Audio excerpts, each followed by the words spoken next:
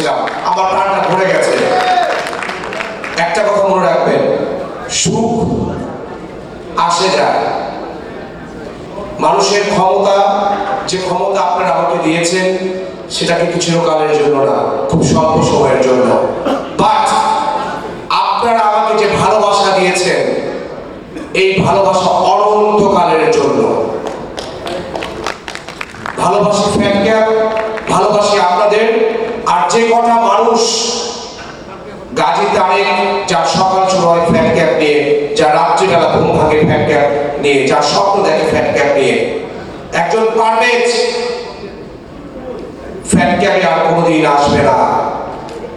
একজন এলটিন সরকার, একটা ব্র্যান্ড, যে কথা দিয়েছে সেই কথা রেখেছে। আমি চিরকৃতজ্ঞ এলটিন তোমার কাছে ভাই।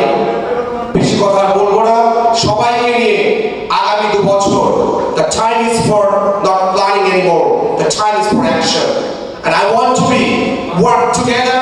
These 300 members will be work together and make a dream Fat Cap within 2 years.